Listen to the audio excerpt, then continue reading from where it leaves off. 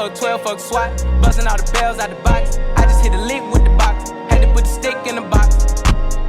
Pour up the whole damn seal. I'ma get lazy. I got the mojo deals. We been trapping like the 80s.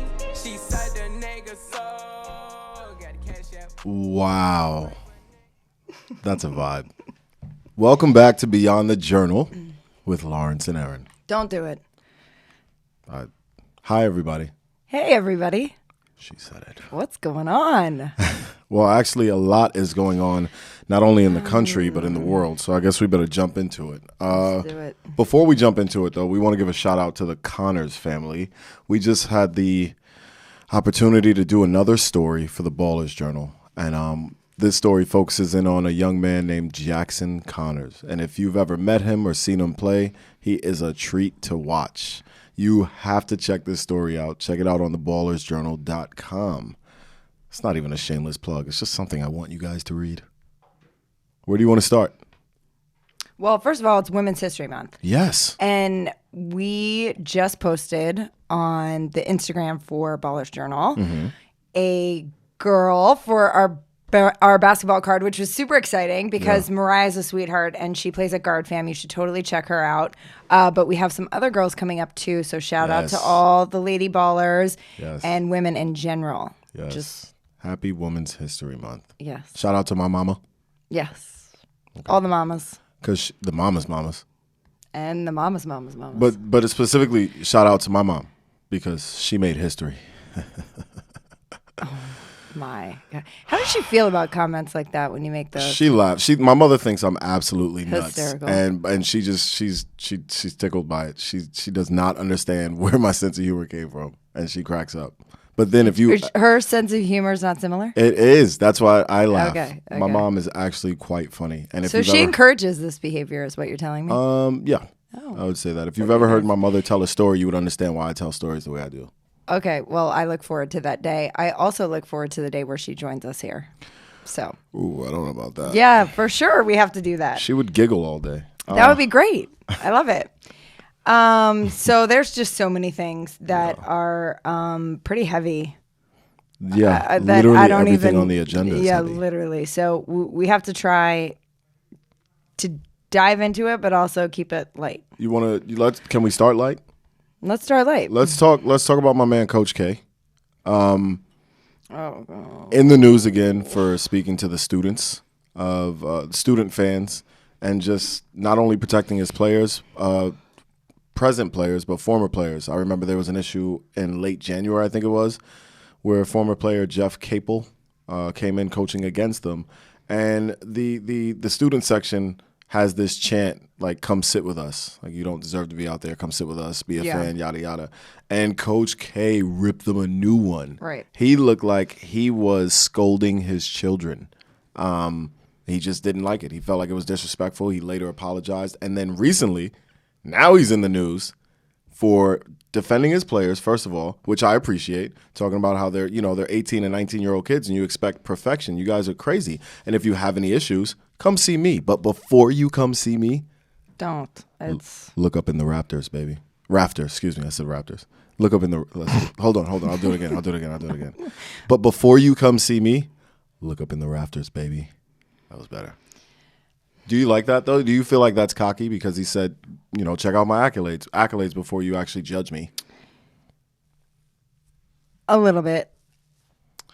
I mean, I get confidence, but I feel like that's a little. Why? Let's not make it about you.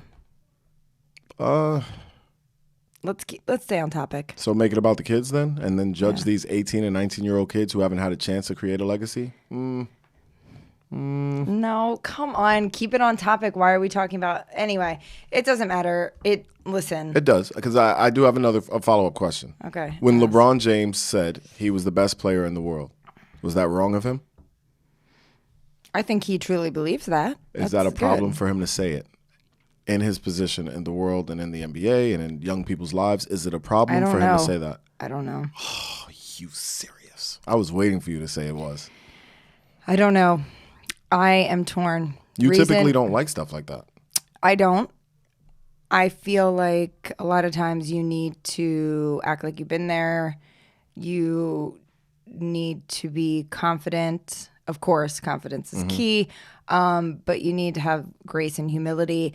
But I get it. Like when people do stuff like that, I get it. But sometimes, like for the Coach K thing, I'm just like, whatever.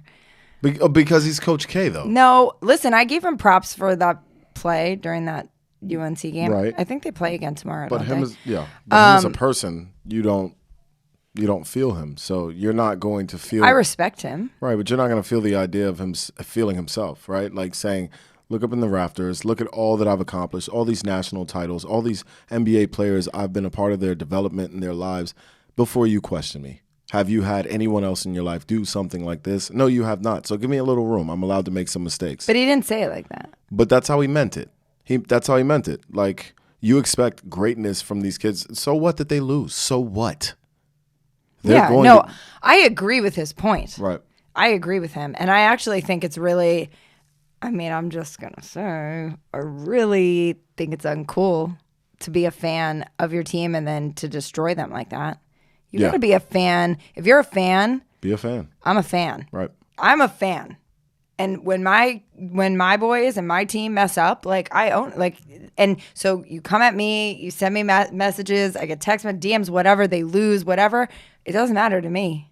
I'm not gonna. Yes, I'll say like he played badly or those were poor decisions or whatever. That you can be critical, but like I'm not gonna be like you suck. Right. Like that's inappropriate. But again, I'm not a college kid. Yeah, I was about to say, is it more inappropriate because we're talking about kids playing on the court? Can we say stuff like that about our NBA teams? You know what I mean? Like professionals? Yeah. And with that said, then, if we can be that harsh, can they be that cocky? Yeah, maybe. Right. But they're also getting paid. Like the college kids are kids and they're also not getting paid. These guys are getting paid millions of dollars to show up and ball every night. So do you know how much Coach K gets paid a year? An insane amount of money. $7 million. It's really nice. Yeah, but that he gets bonuses and everything else. Yeah, I'm about to quit and go coach. Who's hiring you? All right, so what else is in the news? What a hater. So much.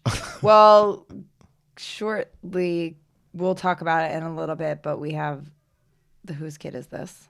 Oh, yeah. And we're definitely going to an organization that I've disliked my entire life, up close.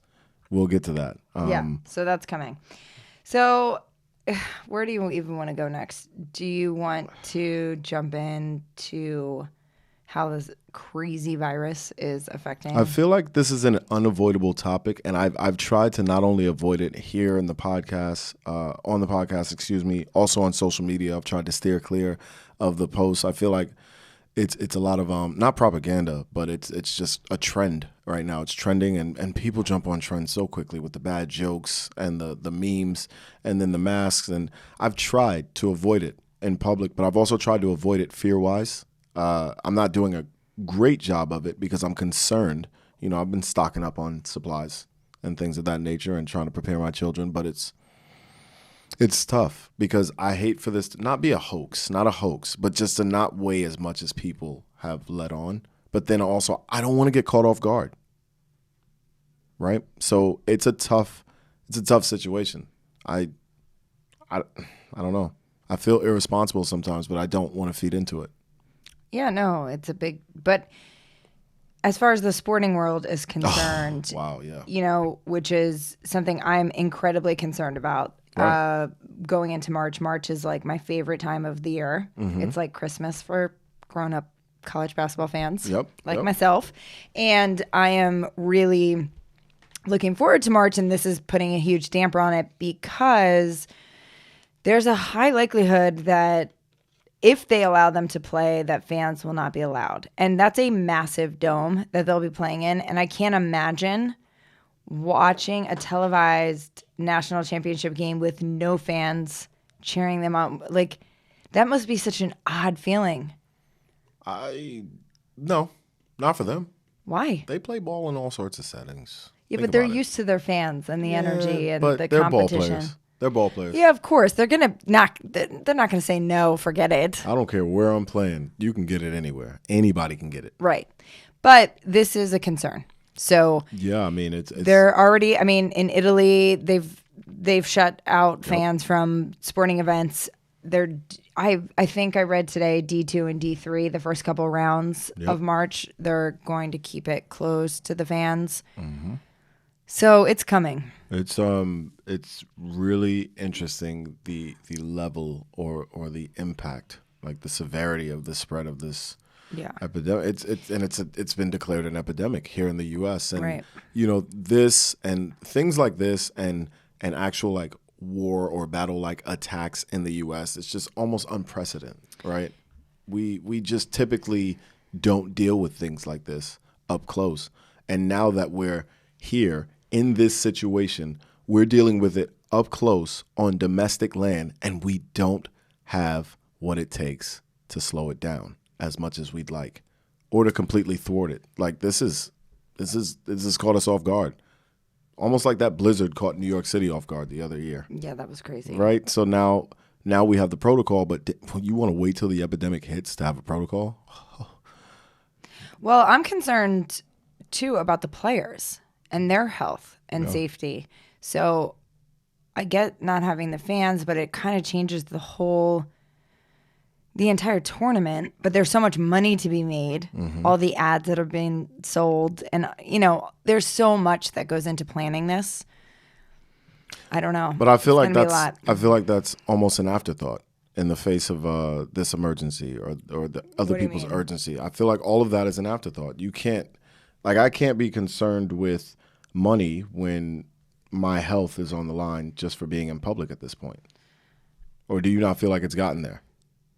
Do you feel like we're safe in public or we're fine in public? Well, not necessarily. Right. So now feeling that way, I can't even put into perspective the loss of money, rather revenue, or the loss of opportunity. I can't even, because it seems like that's not even, it pales in comparison, right? We're talking about losing money versus losing lives. So I don't. I know, but it's corporate America. Yep. But isn't that funny how much corporate America is a concern even now?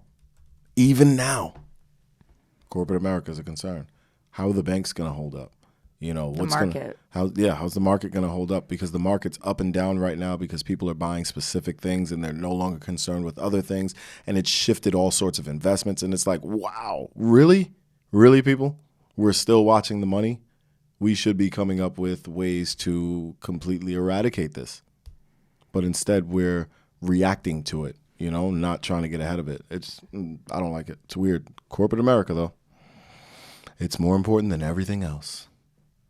Well, that's what they think. That's what they convey. That's what the system conveys. Yeah, definitely. Yeah. But I'm just saying I don't necessarily agree. Oh, no. You and I, most of the people who listen to this won't agree, but it's a truth. It's a truth because so many things are tied into corporate America. It's like a net over the world, not even just over the country, over the world. So things get to corporate America before they get to us. That's crazy. Should we? Because we're coming back to the coronavirus. We're going to come back to it because I want to discuss something not completely different, just something I think people are missing about the coronavirus. But there are other things we need to discuss. It feels weird to talk about. Well, let's talk about something a little lighter. What? One of the Ball brothers is about to join the NBA. No, not a good time. No, is it not Jello time? I don't like his nickname, by the way. Of all their nicknames, I don't like his nickname. I agree. I mean, it's whatever. It's fine. Didn't he get caught stealing in China? Yeah, he's the one, right? Yeah, he's the one. He's also the one who sacrificed signing because he didn't want to ruin his younger brother's possible career and opportunities. That was admirable. But he is the one who had to be pardoned by, was it Trump? Crazy. Yeah. Trump had to jump in there and save was. him from the Chinese government because he had to be disciplined. This is dumb. And he was... For sunglasses. Sunglasses. That's what it was, right? Didn't he take sunglasses? Yeah. I don't know the specifics. I just know it wasn't worth it at all. But was it? Because he got out of it. Ew, I don't like that you said that. No, because I'm saying he got away with it. him. I'm saying to him, because this goes back to the whole thing we talk about all the time. If he didn't really have any consequences, maybe embarrassment, maybe public humiliation. Does he care about that though? I think so. I think your stock goes down with that kind of publicity, especially if you're trying to join the NBA and the NBA has a partnership with China. You don't want to ruin. They don't have a great relationship though, so. But they have a relationship. It's a business relationship at the very least, and there's money flowing back. Yeah, but he was young at that point. He wasn't going into the NBA. They don't care. This was public. Well, this was very public. The right. president got involved. It doesn't matter how young he was in this I case. get it, but he's going to the league. Well, let's see what happens. I'm just saying, one of my biggest things is, there's not a lot of consequences for actions, or kids are able to get away with a lot more because they don't suffer the consequences, or they're not, or their parents or guardians or teachers or whoever are involved in their lives don't allow them to feel an unhealthy level of embarrassment or being uncomfortable or anxiety. And when you don't have those coping skills, basic coping skills, that's the reason why I say that, because he may not even know what it feels like to be that human. Like, he may have just been like a young boy. They find a lot of things funny. He could have just been like, haha. I don't know. I'm not speaking for him. I'm just bringing up different angles. But anyway, it seems like he'll be playing in the league. So yeah, I guess it all worked out. I guess he's fine. I guess that doesn't matter. I'm just so glad that their father has pretty much stopped. Yeah, I was talking to him earlier. I'm trying to get him on the show.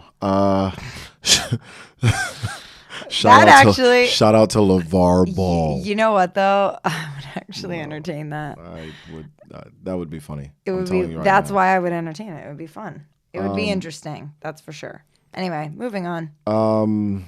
So Bloomberg drops out of the race for the Democratic Party and endorses Biden, and which is very interesting for two reasons. One, Bloomberg is still very much chummy with Donald Trump, the opposition.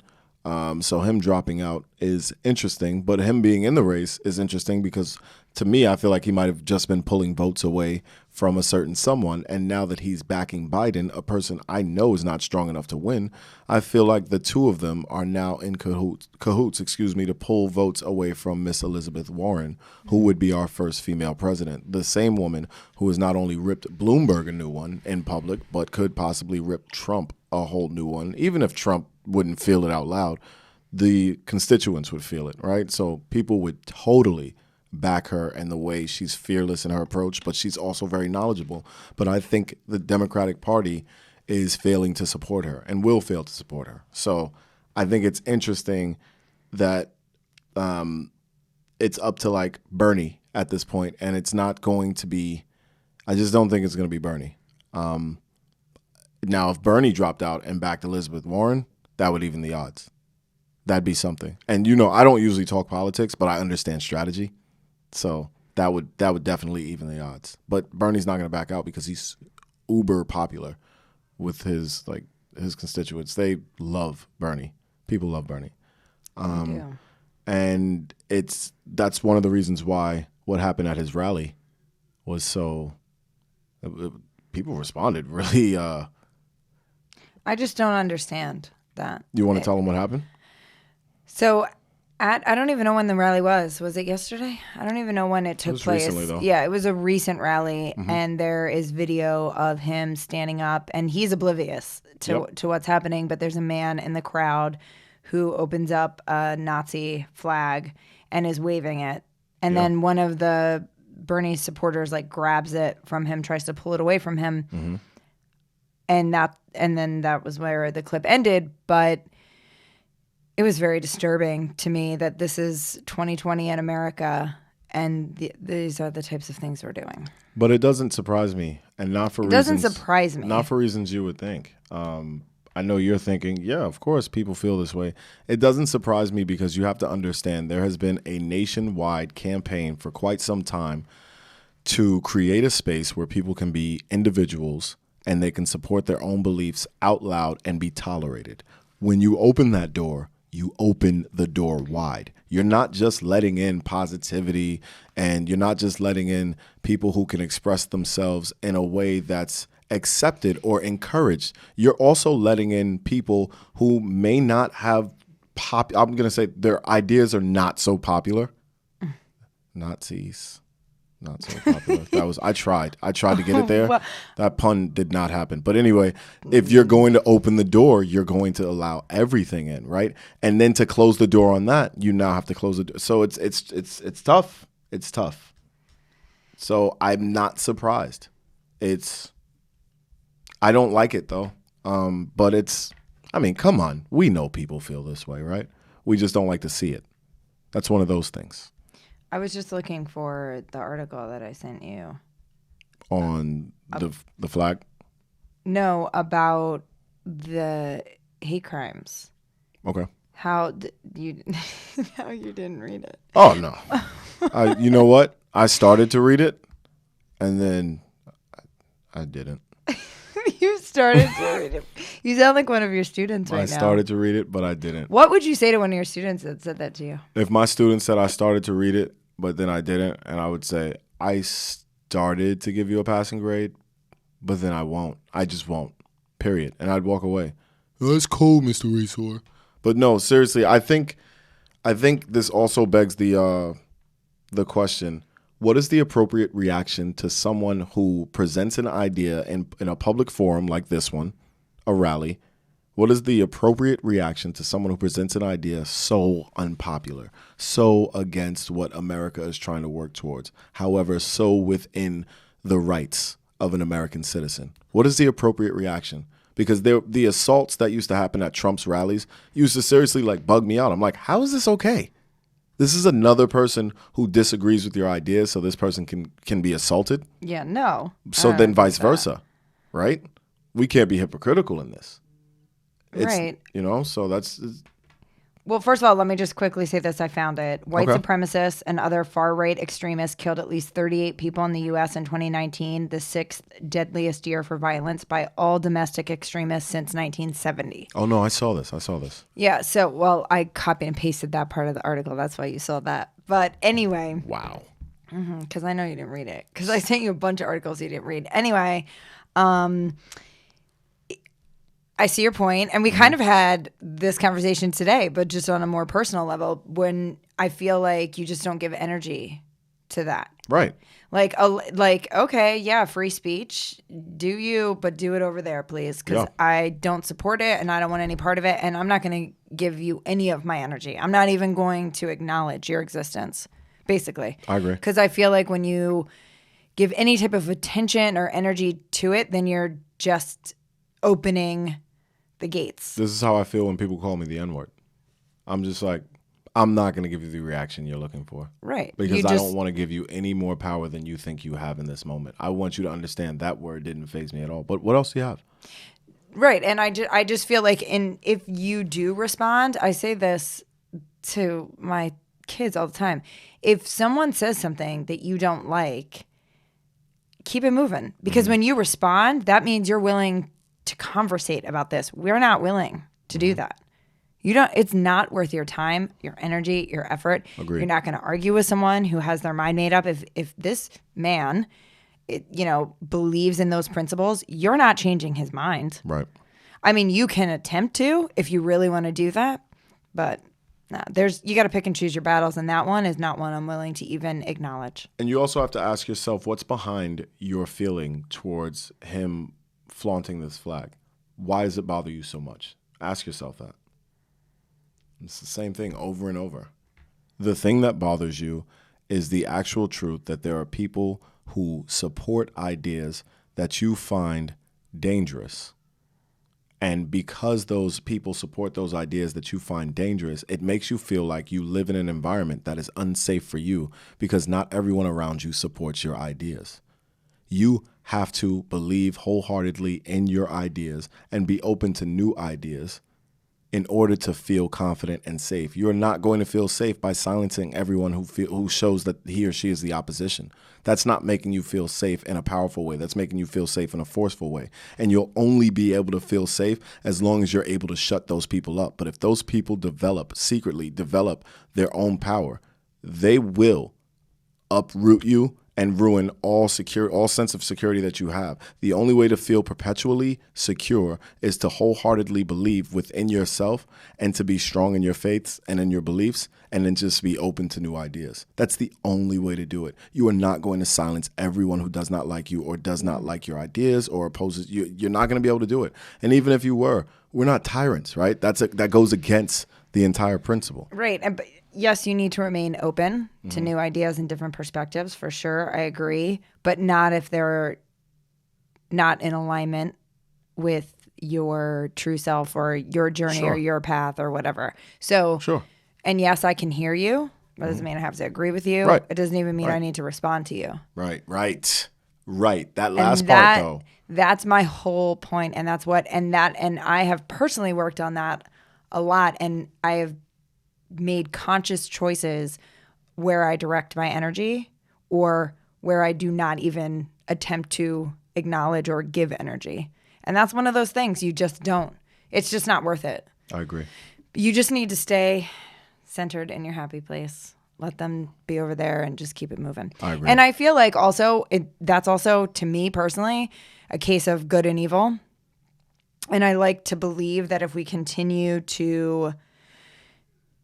we stay on our path and our journey and we are committed to kindness and love and doing everything we can within our power to make the world a better place, that in some way, shape, or form, regardless if it happens tomorrow, next week, next month, or even after we've passed away, that always prevails. Yes. So I like to believe that, and I like to live by that methodology. So hatred always has a way of finding itself self-destruction almost. Yeah, I was about to say this. Yeah, self-destruction. You self-destruct at some point. So I agree. So I don't know. Okay, I'm going to get off my little hippie. I'm going to get out of my little yoga meditative position and come back to reality. Okay, yes. Just for a later conversation. Yeah. I don't believe in good or evil. For later conversation. What? You can't just say that. For later. No, you got to give me a little something. You want a little something? Yeah. Well, not like that, though. No, that was... I'd rather just have a little something, not a little something. You want a little something? No. No. No, I do not. The reason I don't believe in good or evil is because whose definition? Whose definition are we talking about? Number one. Number two. Do you believe in yin and yang balance? I do believe in yin and yang. I do believe in opposite sides of a spectrum. I just don't believe in labeling one good or bad. Okay, I do believe either too much of anything is bad. So I believe the entire thing is a balance. I actually asked this question on my morning show on Instagram this morning. Do you believe that a little bit of bad is necessary in order to achieve the greater good, right? But even that question is kind of like, because what's bad? Who's bad? And who says what's bad? Okay, now you're just being a little... Am I? A little bit. We cannot settle into our labels like that. I understand. I agree with you, but I'm talking gut checks. So hanging a Nazi flag, that's okay with you? That's not bad? That's honestly, my honest opinion. It's not bad because it's freedom of speech. It's freedom of speech. Unfortunately, it's not bad. It's not. It's exactly what we're fighting for. It's just not what we want to use it for. But we're fighting for that right. We're fighting so that people can't stifle or shut down our beliefs. So we can't be hypocritical and shut down other people's beliefs. That's not appropriate. But we don't have to agree. We don't. No, never. But we have to allow. Yeah, I'm okay with allowing. And so take away the label good and bad. Okay. Fine. There has to be balance. So there's opposite sides, right? Mm-hmm. So yeah, it's tough because once you say that, then you can't call anything, really. You just have to allow things to be on their own and you can't group things so much as you want to.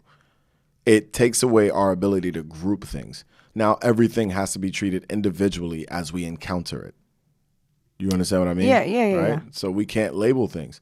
That's why I said this is for a later talk, because this will get deep. But you wanted this trouble. Well, I wanted to hear a little bit of it, but it reminds me of a very heavy topic that I've had, and that I've had many of conversations about: abortion. This has always been my thing. I don't personally believe that anybody has a right to tell me what to do with my body. Right. Anybody about anything. I agree. Especially not middle-aged white men sitting behind desks. They have no right to tell me what to do with my body. That's not saying I believe in abortion. That's not saying I don't believe in abortion. I'm not saying. I'm just saying you don't have a right to tell me what to do. I agree. So that I feel like that kind of plays into your non-labeling There you a go. little bit. Yeah. Am I off or no? No, I agree with you. Okay. I agree with you. I'm just trying to. We have process. to allow people to be. And it's a scary thing because there's no control in allowance. You understand what I mean? I get it, but And I don't care. You can do what you want to do, but I'm just not even going to allow that in my. Right. But here's my question though. When does it become bad?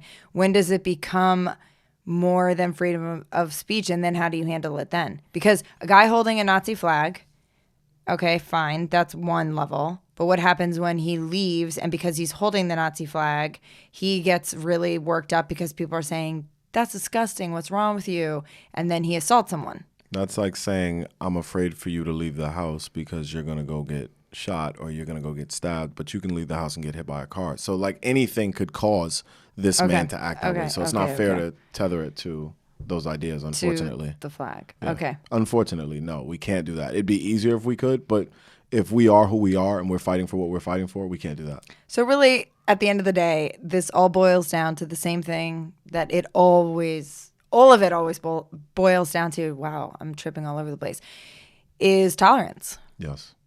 Yeah. And ignorance. Yes. Yep. I mean, that's really what this comes down to. And you can apply that to anything, racism, Discrimination, sexism. anything. Yeah. So really, these are the foundation. This is the foundation that we need to work on as individuals and as a country and as communities to make change. I agree. Okay. Speaking of making change. You agree with me. Oh, gosh. Oh, I even tricked you into doing that. It was so quick, you couldn't even help yourself. That's true, unfortunately. I'm good like that, though. Where's the edit button? Speaking of changes needing to be made in America. Oh, Lord. Yeah. The death penalty, though? Can I ask your opinion overall? Yeah. Personal opinion. You don't have to answer if you don't feel comfortable. On the death penalty? Mm-hmm. I don't believe in it. First of all, I don't believe in it. I think death is a quick way out, an easy way out. I actually, and this is going to sound scary and weird. I'm just going to be flat. This is our show. I can say what I want. You can. I believe in torture. I believe in it. Really? Especially Why? For individuals who have created so much emotional, physical, and mental turmoil and just anguish for other people. I believe in torture. Yeah. Wow. I don't believe in the death penalty. I think it's an easy way out. I don't believe in the death penalty, but not because of those reasons. If I'm who's his name? John Wayne Gacy? Yeah. If I'm him and you tell me you're going to kill me instead of making me wait around and suffer and do thanks, because I've already lived. I'm good. I did everything I wanted to do. It can take a really long time, though. Nonetheless, even in that, though, I'm not being tortured, right? I'm just being waited out. I can handle that. But like, if you're torturing me day in and day out, Define torture. I mean, take your pick. You don't. Wow. I don't. So this is balance. This is the necessary. Is it though? Because that's not necessarily nature. That's man enforcing something. That's an animal enforcing something. Right? So it is nature. It is nature.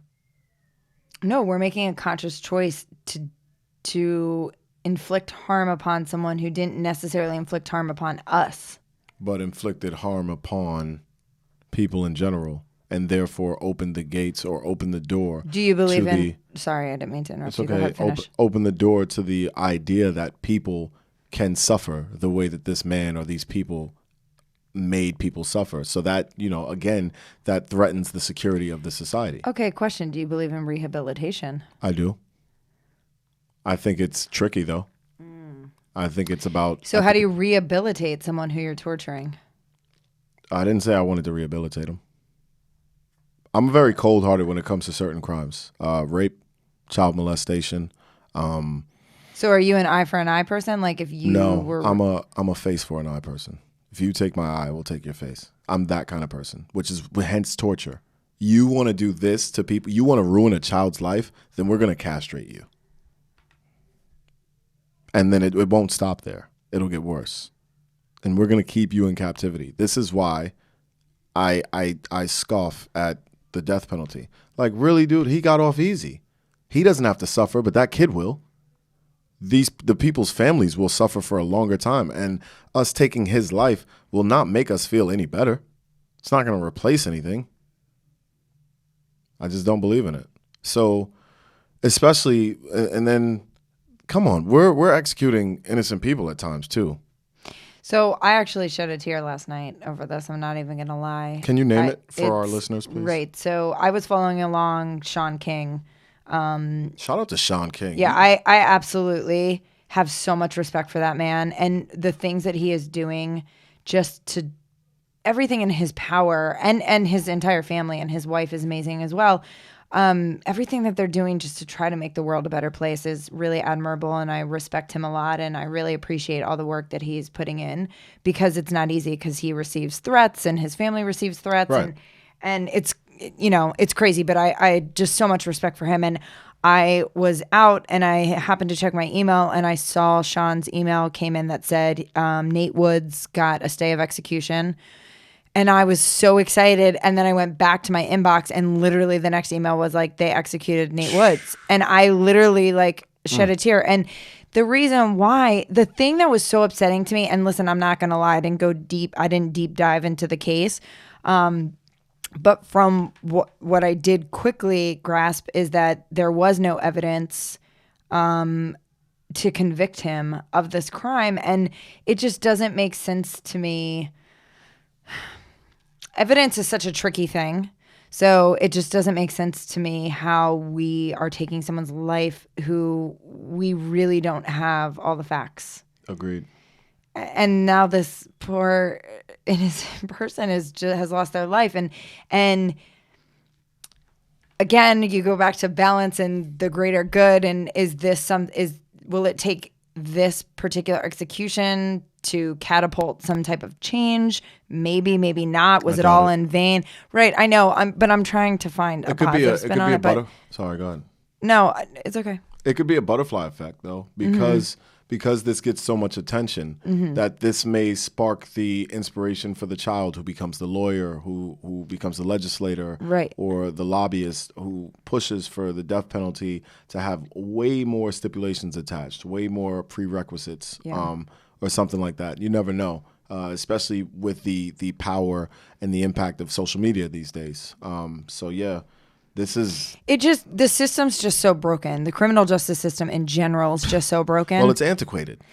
It's such a struggle for me to wrap my head around it. And I guess at times, and you shake your head and are like, whatever, Erin. And I just want to try.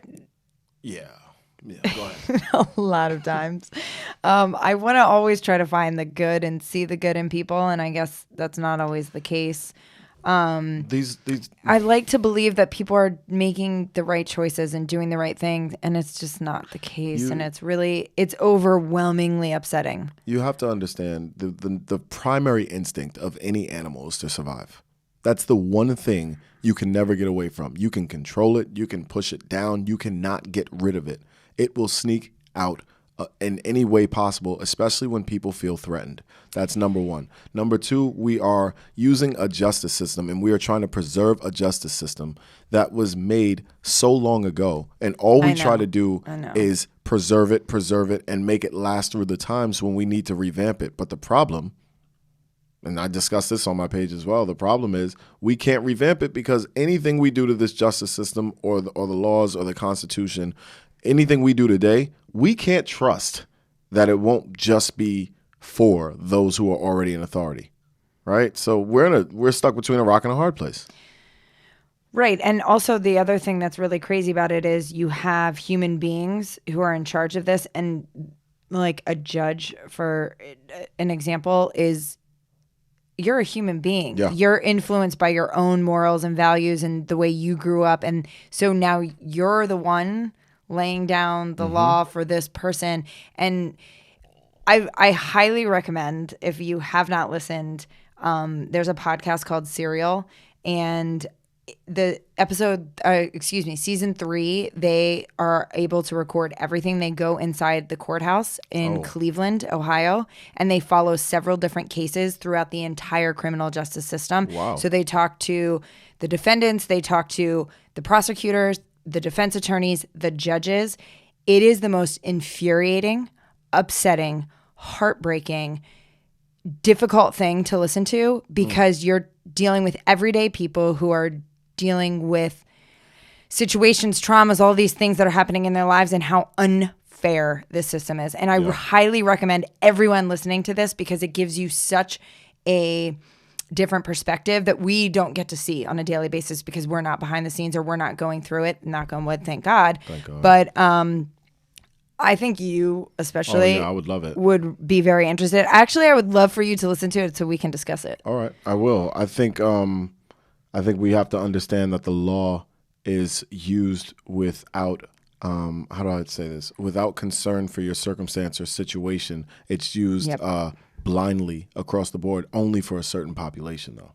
There are exceptions and allowances made for a specific population, but then for all other populations, it's like, nope, this is the law. We can't do anything about it. Sorry, you should have known better. Your ignorance is your fault. This is on you. Suffer the consequence. You'll learn better in the next time. And it's like, come on, bro. Come on. Some of these laws we don't know. Some of these laws we don't know how to handle. Some of these laws were unavoidable in terms of breaking them, given our situation. Like, there's a lot that goes into breaking the law, a lot more than just being a bad person, right? Yeah. And the law doesn't account for all the situations that typically push people towards. And and this is not a cop-out. This is not a cop-out. I just think we need to revisit the laws. We need to revisit how they are applied, how they're enforced, definitely how they're enforced. The police, come on, that's a whole nother show. I can't wait till that one comes up. Okay, we'll get into it. Okay, but on a quick note, really? Wow. Okay, on a quick note, I just want to do what? If I whispered it, why would you respond to it out loud? Why are you whispering? You can just say it. We're all friends here. No secrets. Can you just We don't keep secrets here. I just wanted to say, because of our last episode where we talked about D. Wade and his daughter, I can say daughter right now, the first openly transgender woman is performing tonight at the Wizards game. Yeah. Yeah, that's big news. Big news. So it's interesting. And she, is that the right pronoun to use? Is a Beyonce lookalike. Oh, wow. Nice. That's hard to achieve. Okay. But she actually does look a little like Beyonce. A little. A little. Mm-hmm. Yeah. Wow. So anyway, just a little shout out. Hope that goes well. Anyway. The Wizards are better than the team I'm about to talk about. Oh my goodness, I'm ready. Ready for the section? Ayo, whose kid is this? Oh, now we have a New York accent when we do it? Yeah, I didn't. Can we just talk about whose kid this is? Cheese and rice. Can we not say cheese and rice? That's more important. Yes, so let's talk about Dolan and Lee. Yeah, James Let's Dolan. break it down. Has Dolan ever made a good decision? Sorry.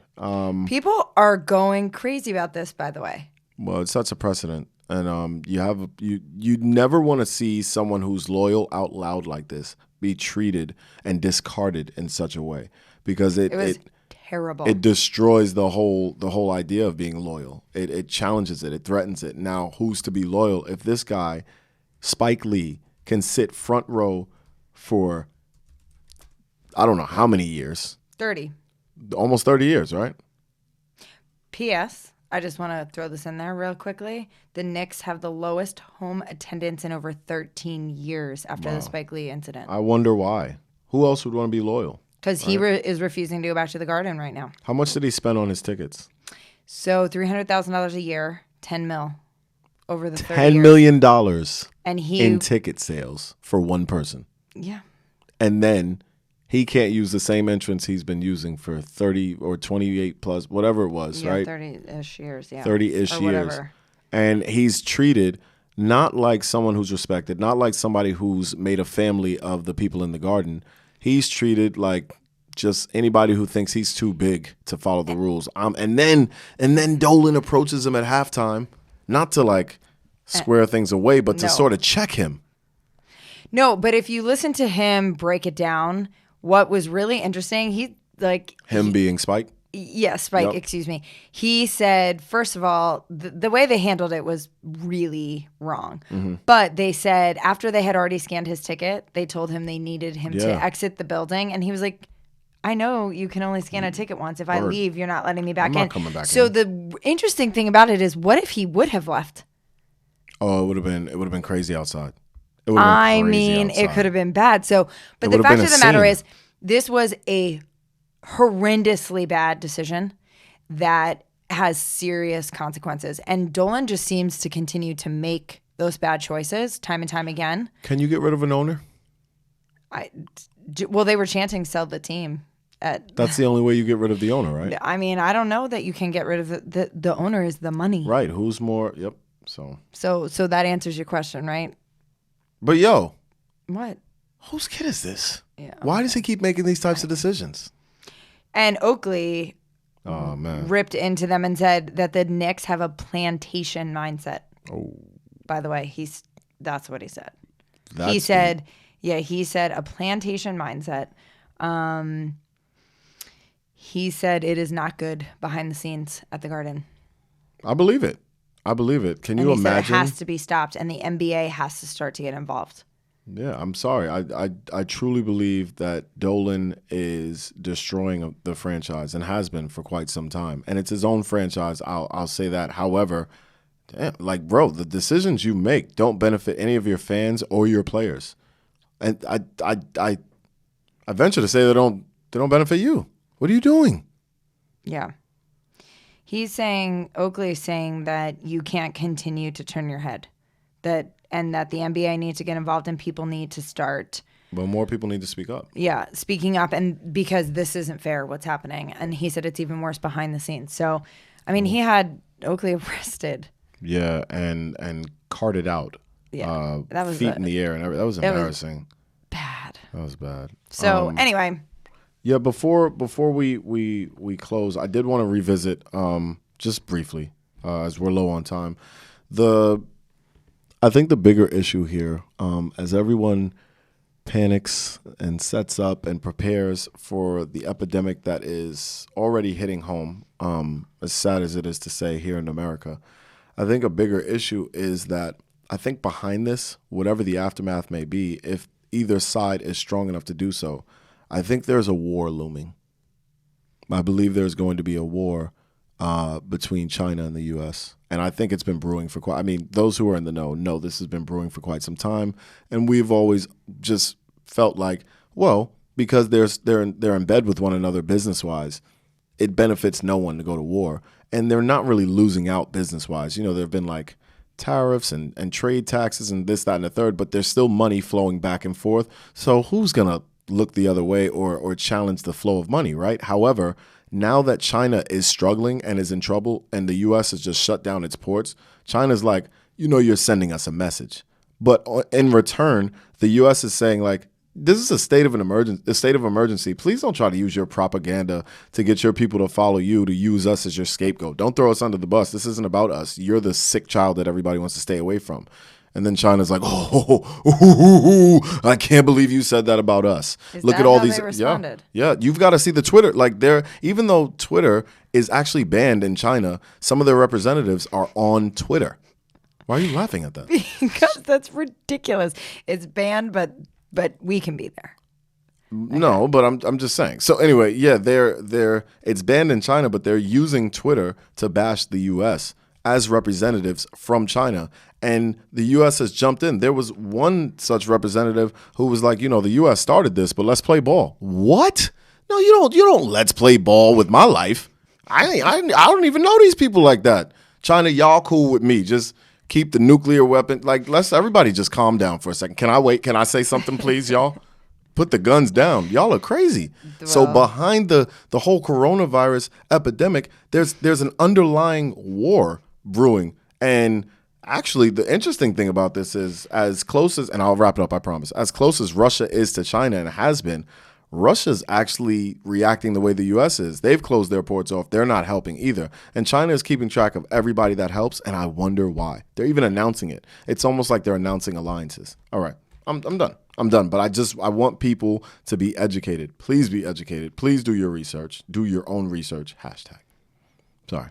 Can you tell them where they can? Oh, can I say the quote? Well, okay, sure. Because we like to end every show with a quote. We do. And we're coming to the end of the show, unfortunately. We are. So I feel like we covered so much, and still we didn't even scratch the surface. Of course, that's how it always is. I think we need a 12-hour show. Yeah, oh my God. No one's listening to us talk for 12 hours. No one. Not even your mama. Not even your mama. Easy. Don't talk about my mama on air. We already did. Yeah, we did. You got it right. Yeah. All right. Here's the quote. We also, just for those of you who are tuning in for the first time, and shout out to those of you who've listened to or watched every single episode. You're the real MVP. Yeah, thank you. Seriously, you have no idea how much we appreciate it, because us sitting here talking to one another is one thing, but you actually tuning in, I don't care if it's one person. That's enough for me to stay motivated. Seriously, one person. Thank you so much. I totally agree. I agree. Here's what's up? Nope, go. Here's the quote. And I wrote this just for today. Tragedy has a way of showing us how connected or disconnected we are from one another. In the weirdest way possible, tragedy brings with it truths. So I wish everybody clear vision, or clarity as it is, in this state of emergency. Please keep in touch with us. Stick around. We love your comments on the page. We are so grateful to have you guys weighing in on our page. And that page is Beyond_the_Journal. That is our Instagram page for the show. And if you would like to keep up with our other endeavors, that is at _ballers_journal. And if you'd like to keep up with Miss Erin, please tell them your handle. It's Erin Schiffman _NYC. You can get all of the latest play-by-play KU basketball action. Yes. On my page. Yes, and that will never change. No, never, absolutely not. And some great photos. For those of you who don't know, she is a phenomenal photographer. Excuse me, I have to say other stuff, so please don't cut me off. I had to cut her off. Now, if you'd like to keep up with me, it is LAboy_Racer, and I don't have a lot of KU stuff for you, but if you check in every weekday, you can check out the morning show that asks you to be, interact with me and interact with the other people who listen, and check it out. It is #OnTheWayWithRacer. It is every weekday morning. Great. Go blow up his DMs. Make it even harder to get him to get him to do his Ballers Journal work. Thanks, guys. Wow. I'm kidding. And we're out of here. All right. Well, good job, Erin. Good job, Lawrence. Beyond the Journal, baby. That's why you're being so nice. We're done. All right.